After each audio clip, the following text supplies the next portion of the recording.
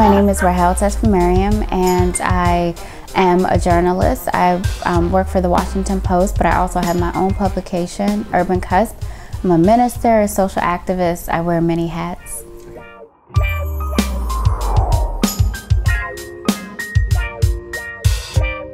I originally found out about Give1Project through Keith Benjamin, who was here last year as one of the first fellows from the U.S. and heard great things about his experience here and about their work internationally, and just thought it would be a great opportunity. Well, I felt that I've done a lot in an American context. I've also traveled overseas, but it's been a long time. I haven't been out the country since 2009, and I'm back to doing a lot of youth activist work and media work, and I want to ensure that everything that I do is in a global framework, and I feel that placing it in a global framework allows me to be a better American citizen, but a better global citizen.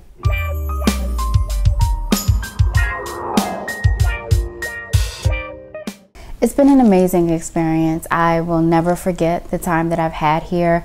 We've met with politicians, cultural figures, intellectuals.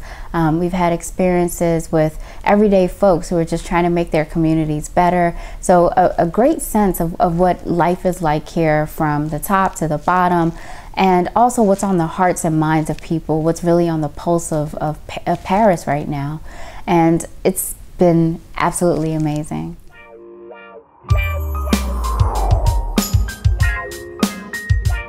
Well, for me, it was actually a moment that the entire group didn't share, because as a journalist, I was asked to interview one of the biggest hip-hop groups in Paris, Section d'Assaut, and it was a really, really important moment for me, because I got to learn about differences and similarities in American hip-hop versus French hip-hop. What does that mean in relation to the young people, their sense of activism and politics, commercial art versus art that has a progressive social justice message, and to also just talk to Dawala, the manager, and hear about how he took this group that nobody knew and helped them rise to be, you know, icons in Europe and Africa. That was a powerful, inspiring moment for me.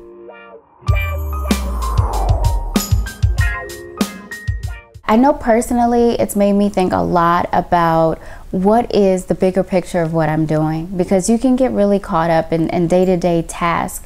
And I think my experience with John, you know, just watching his leadership and his legacy and the reach that he has all over the world has made me think about what kind of leader I want to be, in such a way that other people are inspired to be leaders because of what I do.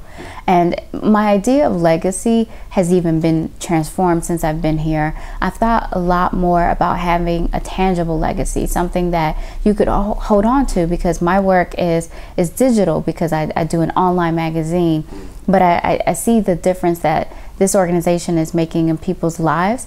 So on a personal and professional level, it's made me think so much about what am I going to leave this world that's bigger than me, and also about the fact that there is this sense of urgency to serve and urgency to make the world a better place. And I hope that I take it back and don't lose it when I go back to the U.S.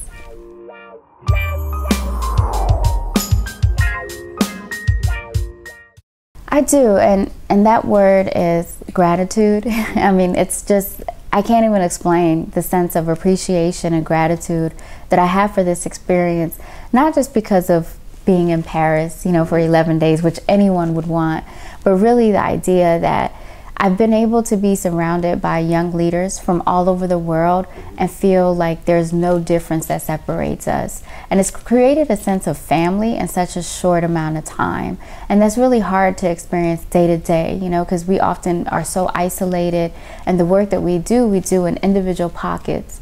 But in this, I felt a great sense of solidarity, a solidarity that I don't want to lose, and I hope I can replicate again in the U.S.